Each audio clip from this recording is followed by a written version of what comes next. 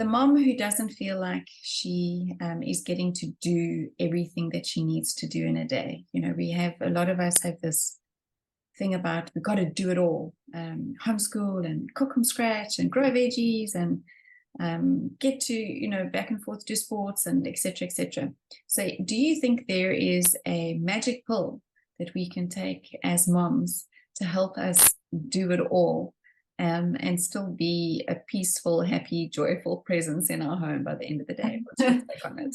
Yeah. I think that ties into that disease. We always talk about academically, the mothers think, am I doing enough? But I think it goes beyond the academics to, like you say, all these other things. And, many years ago, I was reading books about how to be a good wife and a good mother. And of course, the authors always raised the Proverbs 31 woman as an example of a godly woman who takes care of her household and her children, and she's got a home business, and she's got servants, and everything just sounds so wonderful and perfect.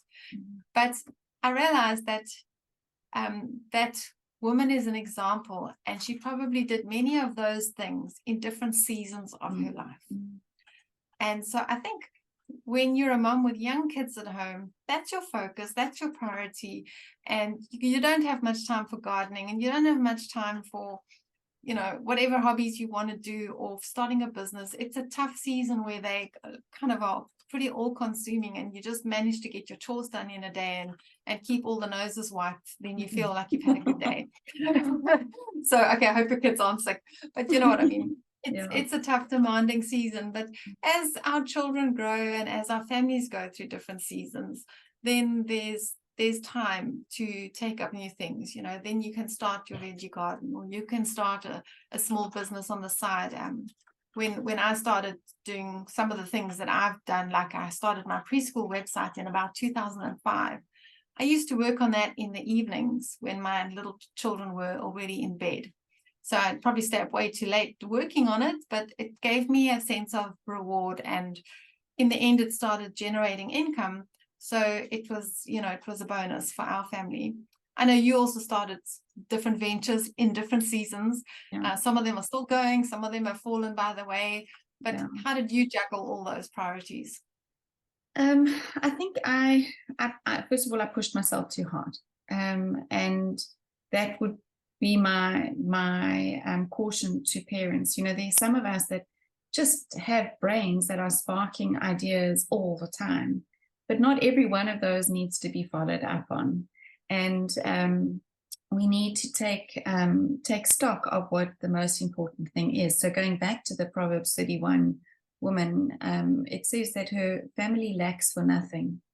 And I think that's the most important thing, is that if we do want to try and add new things into our life, we need to take stock of what we are already doing and what the most important thing is. And you and I will both agree that it is always relationships first. So yes, growing vegetables, I did, and it was wonderful, and just, and on a large scale.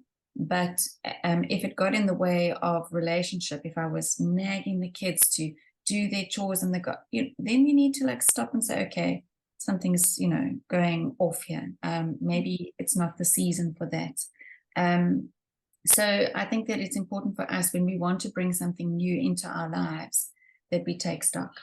And if at the end of the day, look, it's good to be busy, and work is a blessing, and being with our children is a blessing, but at the end of the day, if we are so shattered and so exhausted because we are trying to juggle all of these balls, it might be time to stop and say, like I did for a long season, for 18 months, we did nothing, no extramurals.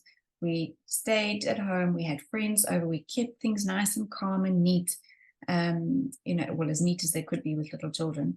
And that was probably better for that season than for me to push through and keep at it.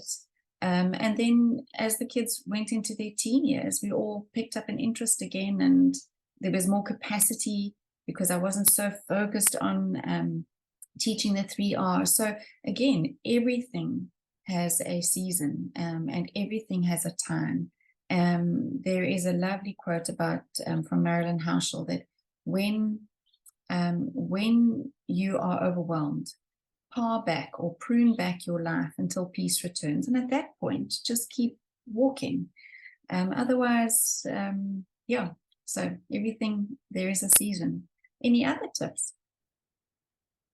I think just to encourage those moms with the little kids, if you do the hard yards when your kids are little and you are diligent in training them to work alongside you, to learn to eventually do their schoolwork more independently, eventually by the time they reach their teens, you're actually just supervising, and they're a help in the home rather than a hindrance. They can serve you, they can make you a meal, they can vacuum the floor for you, they can hang out the laundry for you, they can pack a dishwasher, or they can wash dishes for you, they can pack the clean stuff away. There's so much they can do to help you if you've nurtured that relationship and you've done that training.